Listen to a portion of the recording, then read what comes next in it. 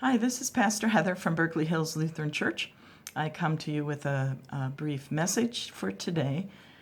I've been thinking a lot about how we are handling this whole pandemic thing.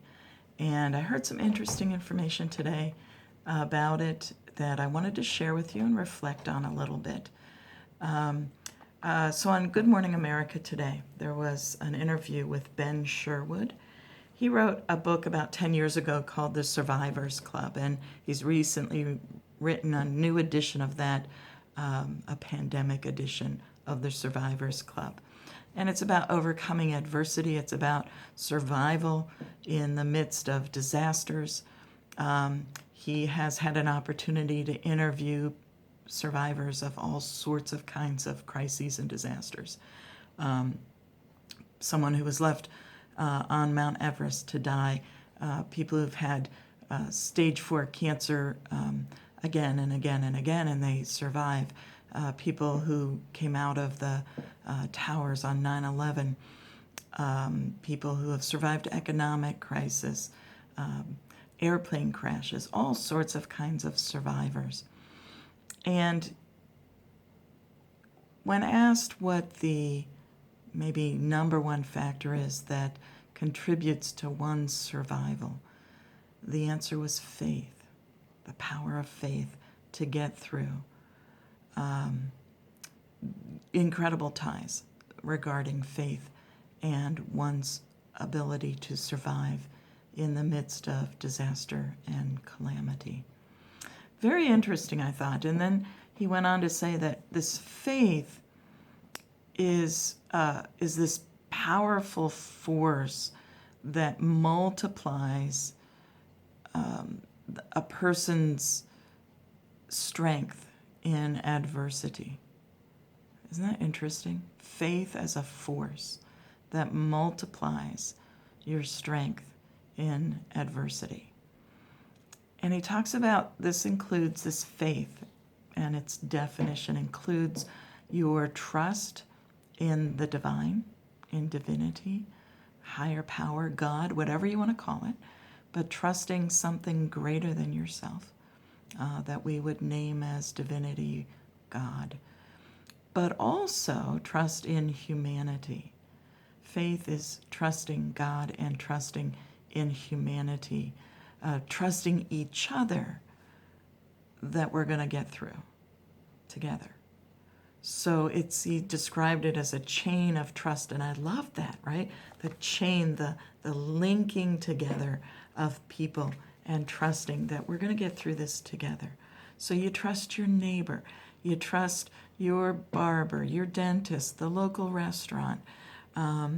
You trust each other that we're going to get through this together.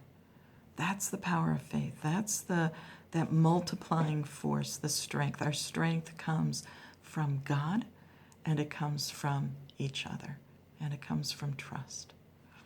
I also was interested when he talked about that people who study survival, talk about this factor of 10, 80, 10. And that is that 10% of people in a disaster, 10% will take immediate action. They'll be proactive, they'll be leaders, and they'll be right out there getting stuff done to respond to the disaster. And then 80% of the people will literally wander around, wait for direction. They're going to wait for a leader to tell them what to do, how to respond, what to think, where to go, how to process all of this. They want directions, they want guidance. That's 80% of the people. And then the remaining 10% of the people are going to do the wrong thing.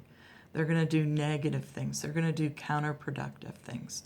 And he says, it doesn't matter what kind of crisis it is. It can be an economic crisis, a health crisis, a pandemic, war, natural disaster, whatever it is. We see this kind of behavior. 10% are leaders who take action. 80% of people wait for direction and then follow it. And 10% of the people go off on their own and do their own thing, and it often has negative consequences. I think this is really helpful to us because when we see, like this weekend, we saw pool parties and the beaches crowded and people getting out there and just doing their own thing. And it looks like everyone's out there doing their own thing, and maybe we're wrong to stay home and be safe and protect ourselves and each other. We need to remember that those people, even though they look like a lot in the media, are only 10% of the people. 90% of the people are following the rules, doing what needs to be done, looking for direction, asking for it, studying it, praying for it, trusting it. 90% of the people are doing what it takes to keep us safe, to get us to a point where we can all be well. The definition of loving your neighbor is the definition of what we're called to do right now. And what's the loving thing for your neighbor? To take care of them, to watch out for them, to protect them with your behavior, with your actions. Not just telling them what to do, but setting the example. So I hope that maybe this will help you to think a little bit more about your faith life and how it interacts with what you're doing in today's world right now, and how it becomes a powerful force in your life to help you to survive, maybe even thrive in a time like this.